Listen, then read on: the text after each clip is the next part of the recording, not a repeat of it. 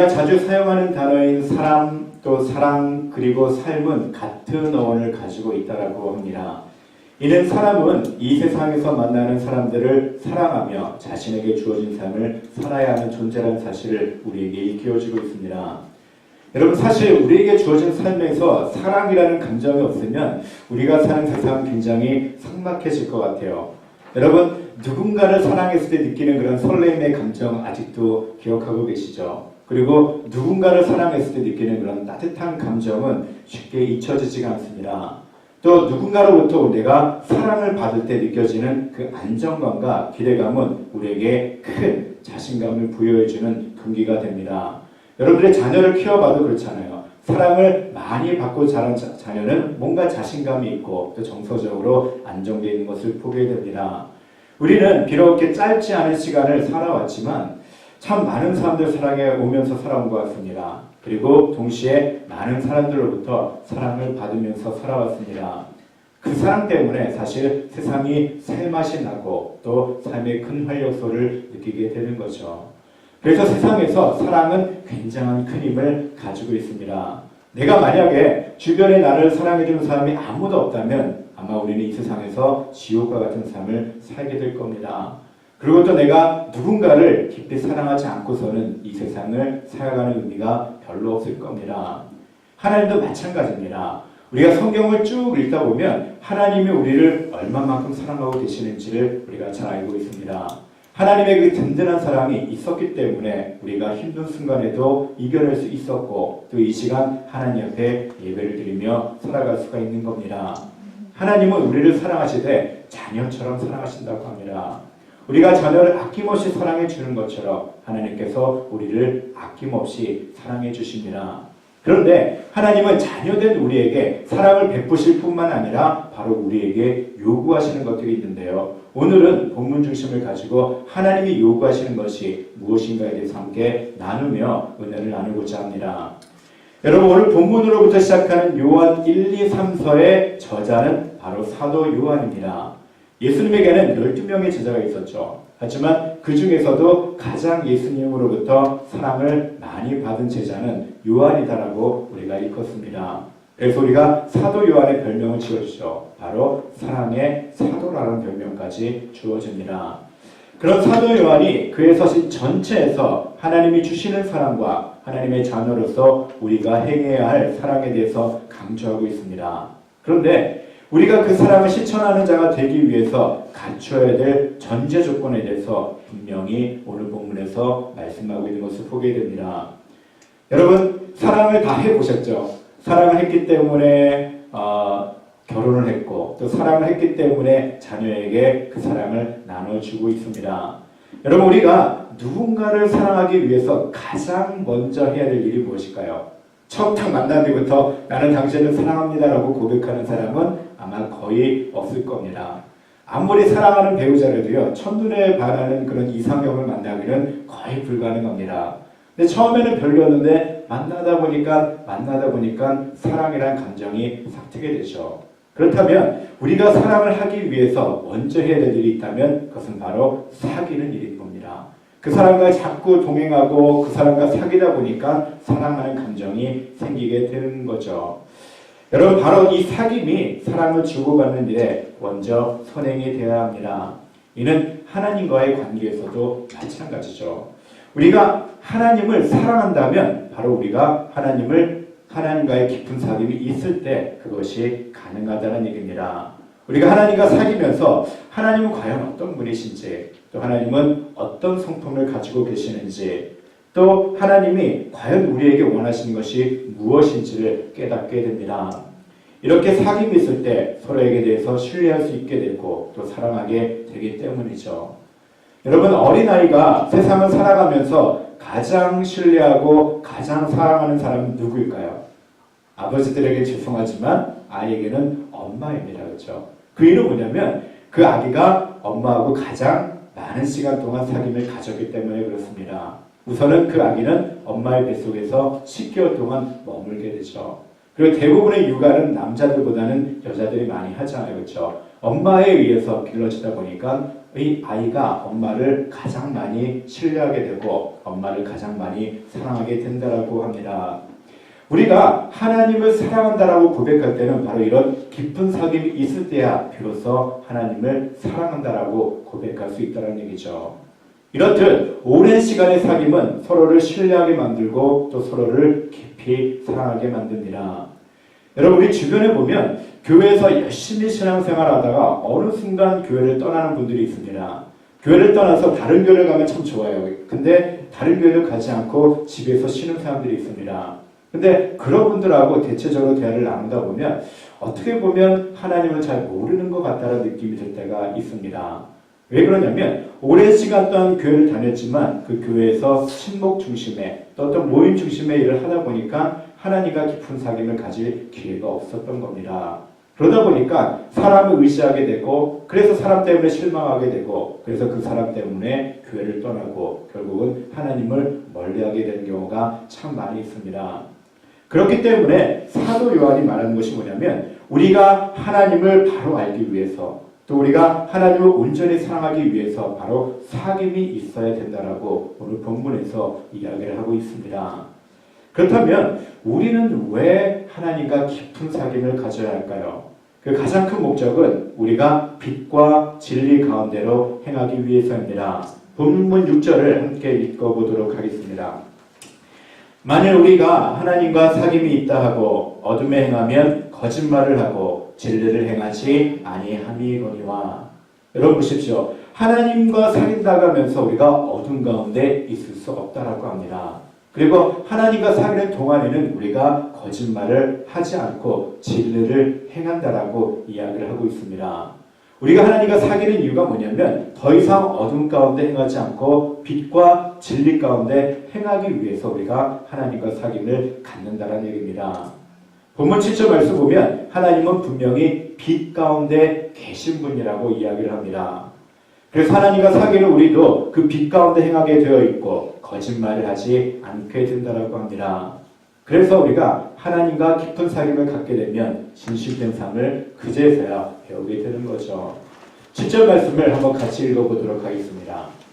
그가 빛 가운데 계신 것 같이 우리도 빛 가운데 행하면 우리가 서로 사귐이 있고 그 아들 예수의 피가 우리를 모든 죄에서 깨끗하게 하실 것이요. 하나님께서 빛 가운데 계신 것 같이 우리도 빛 가운데 행하면 서로 사귐이 있다고 합니다. 하나님과 사귀어야 되는데 그냥 사귈 수 있는 것이 아니라 바로 우리가 빛 가운데 행할 때 그제서야 하나님과 사귐을 가질 수 있다고 합니다. 그렇게 하나님과 사귐을 갖게 되면 또 어떤 선물이 우리에게 주어진다고요? 바로 예수의 피가 우리를 모든 죄에서 깨끗하게 하시는 그 구원의 선물이 우리에게 주어진다고 합니다. 우리가 하나님을 사랑하기 위해서 하나님과 깊은 사귐을 가지는데 우리의 어두운 모습 그대로는 하나님과 깊은 사귐을 가질 수가 없습니다. 그래서 하나님께서 우리를 빛 가운데로 인도해 주시는 거죠. 그래서 우리가 그 빛 가운데를 행할 때 하나님과 더욱더 깊은 사귐을 갖게 되고 그제서야 비로소 예수 그리스도의 피로 말미암아 우리가 구원의 기쁨을 누릴 수 있는 선물을 얻게 된다고 합니다. 그래서 결국은 우리가 하나님과 깊은 사귐을 갖게 되면 어떻게 되는 거죠? 나 자신만을 생각했던 또 육체적 쾌락만을 쫓았던 나의 죄된 모습들이 점점 사라지게 된다는 얘기죠. 하지만 우리가 한 번 구원을 받아도 하나님과의 깊은 사귐을 지속하지 않으면 우리 안에 내재해 있는 죄의 속성들이 꿈틀거리며 우리를 다시 어둠 속으로 끌어내리게 됩니다. 그래서 우리는 한 번 믿었다고 끝나는 것이 아니라 바로 하나님이 부르실 그날까지 믿음을 지켜나가기 위해서 계속해서 하나님과 깊은 사귐을 가져야 하는 거죠. 그래서 우리가 매 순간 하나님께 예배를 드리는 거고 그래서 우리가 매 순간 하나님의 말씀을 통해서 하나님과 사귐을 갖는 겁니다. 그래서 계속 우리로 하여금 쉬지 말고 기도하라고 명령하고 있는 거죠. 그런 일들을 통해서 우리가 하나님과 깊은 사귐을 가질 수 있기 때문에 그렇습니다. 그렇다면 오늘 본문 내용을 토대로 보면 우리는 어떻게 하나님과 사귐을 가질 수 있을까요? 아주 간단합니다. 그냥 나의 고민을 털어놓는 겁니다. 또 나의 기도 제목을 털어놓는 거죠. 더 쉽게 표현하면 나 자신을 포장하지 않고 그대로 있는 모습으로 하나님 앞에 내어드리는 겁니다. 이것을 오늘 본문 9절에는 자백이라는 표현으로 사용하고 있습니다. 먼저 본문 8절 말씀을 보면 만일 우리가 죄가 없다고 말하면 스스로 속이는 것이라고 합니다. 여러분, 하나님은 우리의 포장된 모습을 원하는 것이 아니라 그냥 죄된 모습 그대로를 보여주시기를 원하고 있다는 얘기죠. 하나님은 자신을 포장하는 사람과는 절대로 깊은 사귐을 가질 수가 없습니다. 죄를 지으러 자기 자신을 은폐한다고 해서 우리는 결코 전능하신 하나님을 속일 수가 없습니다. 여러분, 아담과 하와가 하나님의 형상대로 창조되어서 하나님과 깊은 사귐을 가졌습니다. 하지만 그들이 에덴 동산에서 쫓겨나며 하나님과의 관계가 깨어진 이유가 뭘까요? 바로 죄를 지었기 때문이죠. 하나님의 명령에 불순종했기 때문에 그렇습니다. 그들이 죄를 먹자마자 곧바로 있었던 일들이 무엇이었을까요? 바로 하나님 앞에 숨어버린 겁니다. 그 전에는 하나님 앞에 어떻게 하면 더 가까이 나아갈까 고민을 했는데 이제는 하나님이 아담아 아담아 부르시는데도 불구하고 숨는 모습을 보게 됩니다. 그 이유는 뭘까요? 바로 자기 안에 죄가 들어와 있기 때문에 그렇습니다. 그냥 그 자리에서 하나님, 내가 순간적인 그 욕심을 이기지 못하고 하나님 앞에 범죄했습니다라고 자백했다면 하나님께서 아마 그 자리에서 용서해 주셨을지도 모릅니다.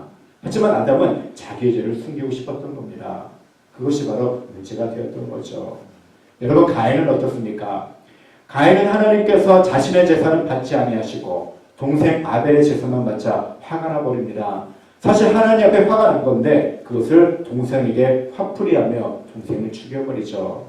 그때 하나님께서 가인을 찾아오십니다. 그러면서 이렇게 물어보죠. 가인아, 내 동생이 어디 있느냐?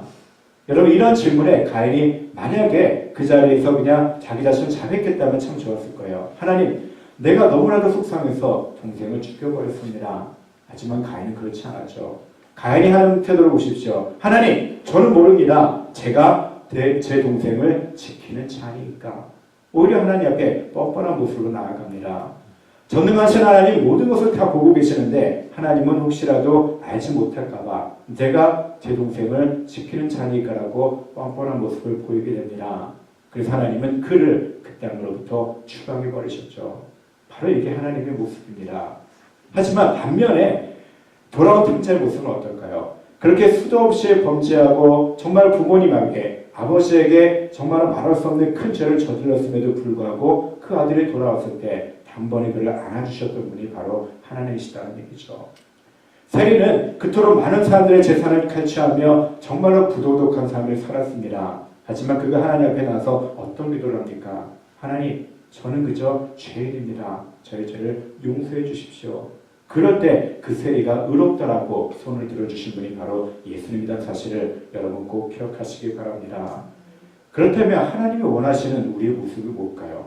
바로 포장된 모습이 아니라 완벽한 모습이 아니라 바로 하나님 앞에 죄된 모습 그대로를 내어드리는 겁니다. 그럴 때 하나님이 우리를 치유해 주실 수 있고 그럴 때 하나님이 우리를 새롭게 변화시킬 수 있다는 얘기죠. 여러분, 우리가 처음에 어떤 사람을 만났을 때는 서로에게 좋은 점만 보여주려고 조심하다 보니 때로는 만남이 불편한 경우가 있습니다. 이 사람이 나를 싫어할까봐 굉장히 최대한 조심스럽게 그 사람 앞에 다가갑니다. 하지만 그 불편한 과정을 지나 꽤 오랜 시간 동안 지속적으로 만나다 보면 자연스럽게 내 속마음도 터놓게 되고 또 서로에 대한 장단점도 알게 되죠. 그렇게 오랜 시간 동안 사귐을 가지면서 상대방에 대한 단점까지도 품어줄 수 있는 정도가 되어야 아주 친한 친구가 될 수가 있습니다. 제가 보스턴에 있을 때 아주 친했던 목사님들 중에 한 분 중에 그 상담학을 공부한 분이 있습니다. 이분이 어떤 얘기를 했냐면 친한 친구를 사귀는 데는 5가지의 단계를 거쳐야 된다고 이야기를 하는데요. 그 첫 번째는 뭐냐면 처음 사람을 만났을 때 호감을 갖는 단계입니다. 여러분, 우리가 사람을 참 많이 만나죠. 근데 어떤 사람에게는 유독 호감이 가는 사람이 있습니다. 어떤 사람은 나에게 뭐 별로 나쁜 일을 한 것도 없는데 괜히 거부감이 느끼고 별로 만나고 싶지 않은 사람이 있어요. 근데 처음부터 그 사람이 이성이든 동성이든 상관없이 이상하게 마음이 가는 사람이 있습니다. 바로 그런 호감을 갖는 사람이 가장 친한 친구가 될 확률이 많다는 얘기죠. 두 번째는 뭐냐면 그 호감을 갖는 사람을 만났기 때문에 처음에는 좋은 점만 보인다는 얘기입니다. 그래서 좋은 점만 보이는 단계죠. 보통 이 단계는 3개월에서 많게 6개월이 걸린다고 합니다. 그때는 좋은 모습만 보니까 그 사람에 대해서 칭찬을 하죠. 야, 저 사람 정말 좋은 사람이야 라는 단계를 거친다고 합니다. 그리고 세 번째는 뭐냐면 조금 시간이 지나다 보니까 이 사람에게 이런 면도 있네 하면서 그 사람의 작은 단점들이 보이기 시작을 하는 거죠. 그리고 네 번째는 뭐냐면 이제는 그 단점이 점점 커져서 그 사람에 대해서 실망을 하게 되고 때로는 그 사람을 미워하고 또 때로는 서운한 감정도 생기는 단계라고 합니다. 그런데 대부분의 많은 사람들이 이 네 번째 단계를 극복하지 못해서 친한 친구를 못 만든다고 합니다. 그렇다면 친한 친구를 만나게 되는 마지막 단계는 뭘까요? 바로 그 실망하는 단계를 이해와 사랑으로 잘 극복하면 그제서야 정말로 둘도 없는 친구가 될 수 있다고 합니다. 저는 그 목사님의 말에 참 공감을 했습니다. 저도 보면 네 번째 단계를 잘 이렇게 극복하지 못해서 좋은 친구가 될 수 있었던 관계도 서먹서먹한 관계로 이렇게 마무리되는 경우가 가끔 있었죠. 아마 여러분들도 마찬가지일 겁니다. 우리가 서로 아낌없이 사랑해 줄 수 있는 좋은 친구가 되기 위해서는 바로 진실된 마음이 필요합니다. 자꾸 자기 자신을 포장하고 속마음을 감추는 사람과는 깊이 있는 사귐을 갖기 어렵다는 것은 누구나가 다 갖고 있는 공통적인 생각일 겁니다. 여러분, 우리 눈에도 그렇게 자기 자신을 포장하려고 하는 모습이 보여지는데 하물며 만물의 주관자이신 하나님은 어떠실까요? 우리가 아무리 자기 자신을 포장하며 나는 꽤 괜찮은 사람인 것처럼 행동해도 우리는 결코 우리의 마음 중심까지 꿰뚫어 보시는 하나님의 눈을 속일 수는 없다는 사실을 여러분 꼭 기억하십시오. 우리는 이 땅에 살면서 누구나가 다 죄를 지으며 살아갑니다. 내 생각엔 나는 그래도 꽤 괜찮은 신앙인인 것처럼 나는 꽤 괜찮은 사람 같아 보여도 하나님의 눈에는 나나 또 다른 사람이나 다 똑같이 죄인에 불과한 겁니다. 그러니 여러분, 나 자신을 포장하지 마시고 또 의인인 척 높은 마음을 가지고 나오지 마십시오. 하나님 앞에 나올 때는 그냥 부족한 모습 그대로 내어드리고 나 같은 죄인까지도 사랑해 주시는 하나님 앞에 감사하는 마음으로, 여러분 중요한 것은요, 하나님 앞에 긍휼을 원하는, 긍휼을 달라는 마음을 가지고 나오는 마음입니다. 그것이 바로 하나님과 깊은 사귐을 가지는 가장 우선된 걸음임을 여러분 꼭 기억하시기 바랍니다. 우리가 자주 부르는 찬송가에도 이런 고백이 있죠. 나 주의 도움 받고자 주 예수님께 빕니다. 그 구원 허락하시사 날 받으오. 다 같이 불러볼게요. 내 모습 이대로, 내 모습 이대로 주 받으옵소서. 날 위해 돌아가신 주 날 받으옵소서. 아멘. 참 가사가 너무나도 좋죠. 주님, 내 모습 이대로 날 받아달라고 고백을 하는 겁니다. 하나님은 우리가 가진 연약한 모습을 그대로 받아주셨습니다. 내가 얼마나 화를 잘 내는지, 또 내가 얼마나 이기적인지, 또 내가 얼마나 많은 사람들 미워하는지, 또 내가 얼마나 위선적인지 하나님은 다 아시면서도 내 모습 그대로를 받아주시고 용서해 주십니다. 그렇게 우리의 모습 그대로를 받아주신 하나님이 단 한 가지 우리에게 요구하시는 것이 있는데요. 그것은 바로 뭐냐면 자신의 죄를 숨기지 않고 하나님 앞에 그대로 고백하는 겁니다. 여러분, 누구에게도 감추고 싶은 그런 비밀이 있습니다. 누구에게도 말할 수 없는 그런 비밀스러운 고민들이 있습니다. 하나님은 그런 모든 것들을 다 내어드리기를 원하고 계신다는 얘기입니다. 여러분, 그렇다면 마지막으로 우리가 그렇게 하나님과 깊은 사귐을 통해 하나님의 사랑을 받게 될 때 우리에게 어떤 변화가 일어나게 되는지에 대해서 생각해 볼 필요가 있습니다. 여러분, 우리가 누군가를 깊이 사귀며 오랜 시간 동안 함께 하다 보면 찾아오는 변화가 있습니다. 그것은 바로 뭐냐면 그 사람과 생김새도 하는 행동도 성격도 점점 닮아간다는 사실이죠. 우리 한집사님하고 한권사님도 처음에는 닮았다는 얘기를 많이 안 들으셨을 거예요. 그렇죠? 그런데 꽤 오래 살다 보니까 사람들이 참 두 분이 많이 닮았다라고 이야기를 하실 겁니다. 제가 가끔 대화를 나누다 보면 두 분이 하는 행동이나 말투가 참 비슷하다라는 생각이 들 때가 있어요. 우리 박재현 집사님하고 김진희 집사님도 분명히 성향은 다르지만 가끔씩 보면 참 많이 닮아 있다는 생각이 들 때가 있습니다. 왜냐하면 오랜 시간 같이 하기 때문에 그렇죠. 여러분, 우리가 흔히 유유상종이라는 말을 하죠. 바로 비슷한 사람끼리 만난다라고 합니다. 하지만 여러분, 어떤 경우에는 서로 다른 사람들끼리 만났음에도 시간이 지나서 보면 서로 많이 닮아져 있는 경우도 보게 됩니다. 마찬가지로 우리가 하나님과 깊은 사귐을 가지게 되면 우리도 하나님을 점점 더 닮아가게 되어 있습니다. 그래서 많은 사람들이 우리 그리스도인의 궁극적인 삶의 목표를 그리스도를 닮아가는 것이라고 표현을 하고 있죠. 여러분, 우리가 하나님과 깊은 사귐을 가지게 되면 바로 우리가 하나님을 닮아가게 되어 있습니다. 그 전에는 어둠을 사랑하고 어둠 가운데 있었는데 하나님과 오랫동안 함께하다 보니까 빛 대신 하나님과 동일한 삶을 우리가 살 수 있게 된다는 얘기죠. 그래서 우리가 점점 더 성화된 삶을 살 수 있게 됩니다. 이는 역사적인 사건을 통해서도 우리가 찾아볼 수 있는데 제가 교회 역사 중에서 가장 좋아하는 인물이 있습니다. 바로 성 프란시스라는 사람입니다. 이 성 프란시스는 바로 이탈리아 아시시에서 살았던 중세시대 인물인데요. 우리가 교회 역사를 보면 중세시대를 가장 영적인 암흑기라고 합니다. 이때는 정말로 종교를 정치와 결탁하면서 팔아넘겼던 사람들이 너무나도 많이 있었고 영적으로 타락했기 때문에 그렇죠.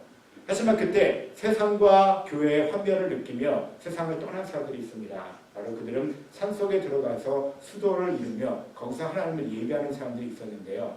반면에 이 지역사회에서 정말로 우리가 이 지역사회를 변화시켜야 되겠다 하면서 지역사회 내에서 세상 내에서 수도회를 만든 사람들이 있습니다. 바로 그 창시자가 샌프란시스인데요. 이 샌프란시스가 만든 수도의 이름은 성 프란시스 수도회입니다. 그들 별명 뭐냐면 탁발 수도원이라고 이야기를 하는데요. 여러분, 탁발이라는 단어를 한번 들어보셨어요? 옛날 단어인데 어떻게 합니까? 남에게 구걸하는 겁니다. 다른 사람에게 구걸한다고 해서 탁발이라는 표현을 쓰는데 바로 이 수도회가 다른 사람들에게 구걸해서 그것을 가지고 가는 사람들에게 나누어주는 그런 수도회였습니다. 이 성 프란시스는 이탈리아의 아시시라는 마을에서 태어났는데요. 그는 굉장히 돈이 많은 집안에서 태어났습니다. 근데 젊었을 때 방탕한 삶을 살게 되죠. 그는 아시시 밑에 있는 평원으로 말을 타고 다니고 났는데 그 밑에는 뭐가 있었냐면 나환자촌이 있었습니다. 이 성 프란시스는 가난한 사람들이나 나환자들을 굉장히 경멸했던 그런 사람이었어요. 근데 어느 날 그가 말을 타고 가다가 갑자기 정면에서 나병 환자를 만나게 됩니다. 근데 이상하게 그의 마음이 뜨거워지기 시작하는 거예요. 저 사람은 그냥 지나치면 안 되겠다라는 생각을 하게 됩니다. 그래서 그가 말에서 내려서 그를 만나주며 그에게 필요한 돈을 주고 또 그렇게 경멸했던 사람이었는데 그에게 평안의 입맞춤을 하며 인사하며 보냅니다.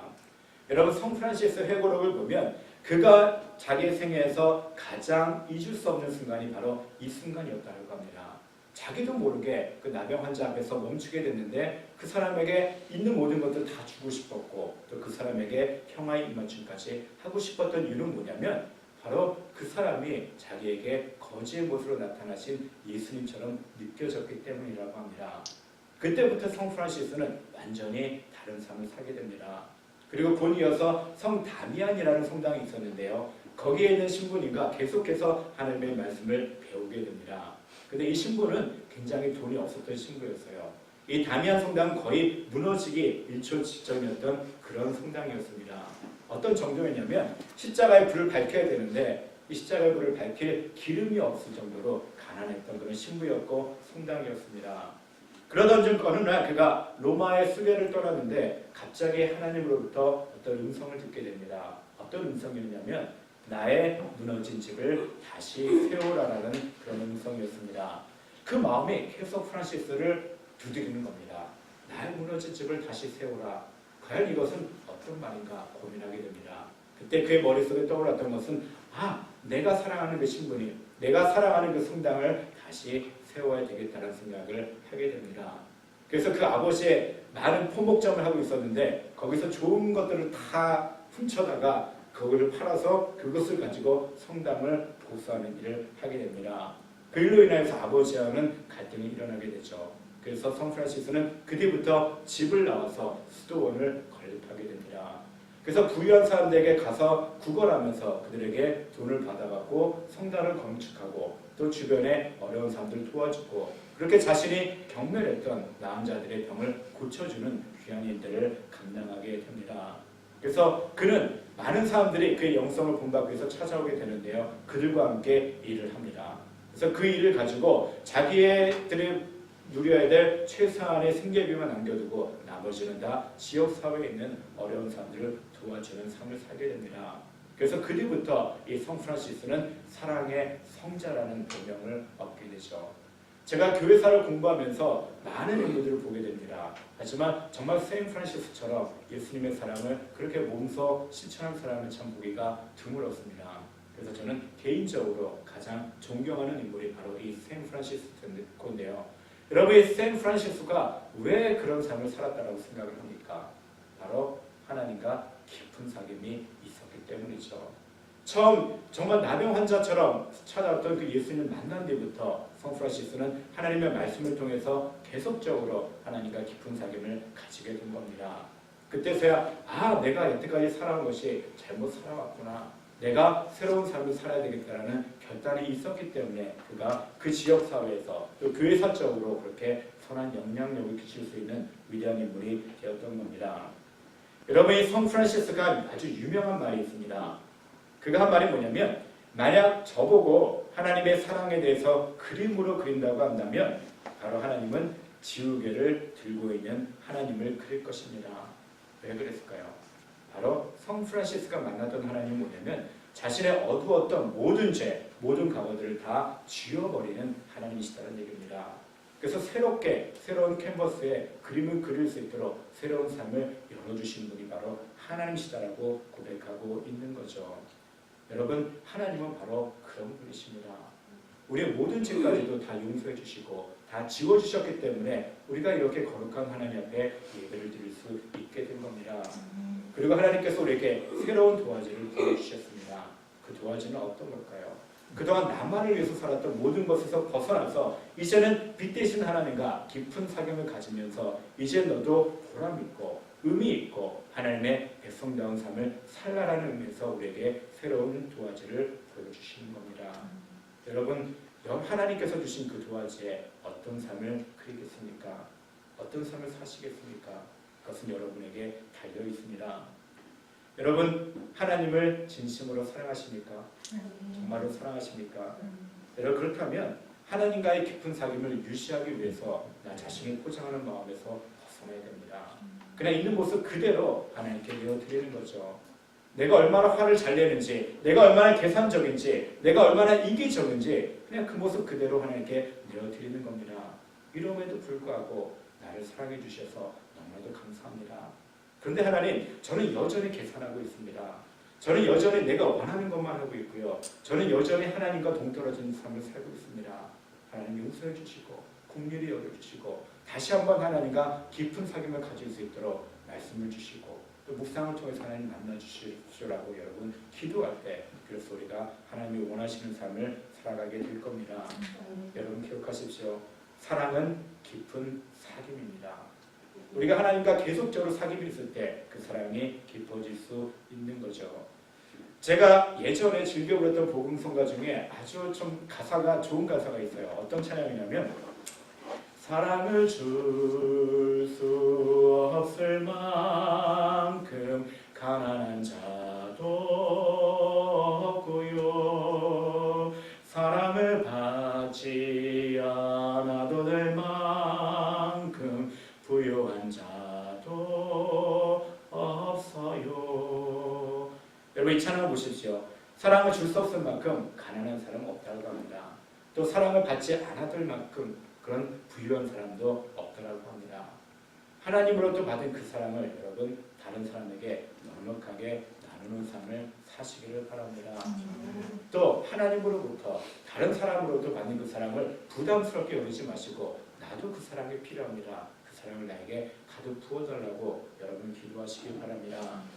우리는 누구나가 다 하나님의 사랑이 필요한 사람들입니다. 여러분 신앙생활하면서 이상하게 무기력해질 때가 있습니다. 또 교회를 다니는 것에 대해서 회의를 느끼는 때도 있습니다. 갑자기 그동안 헌신하며 봉사했던 열심이 떨어질 때가 있습니다. 여러분 그렇다면 무엇이 문제일까요? 내가 하나님과 사귀는 일에 문제가 있는 겁니다. 하나님으로부터 계속적인 사랑의 공급을 받지 못하기 때문에 자꾸 그런 영적으로 침체되어 있는 겁니다. 여러분 그럴 때마다 더욱더 열심히 예배에 나가서 하나님의 말씀을 들으시고 찬양을 통해서 하나님께 영광을 돌리시기 바랍니다. 여러분 그럴 때마다 하나님의 말씀을 펴보시고 그 말씀을 읽고 묵상하면서 하나님과 깊은 교제를 나누시기 바랍니다. 또 그럴 때마다 더 중요한 것은요 기도하는 겁니다. 하나님 제가 이것 때문에 힘듭니다. 제가 점점점 뭔가 잘못되고 있는 것 같습니다. 하나님 나에게 은혜를 주시고 나에게 그 사랑을 회복시켜 달라고 하나님 앞에 기도하시기 바랍니다. 그리고 더 중요한 것은 뭐냐면 이 세상 살아감에 있어서 그냥 세상에서 살아가는 일에 만족하지 마시고 영적인 교제를 주변의 사람들과 나누시기 바랍니다. 그래서 교회가 필요한 거죠.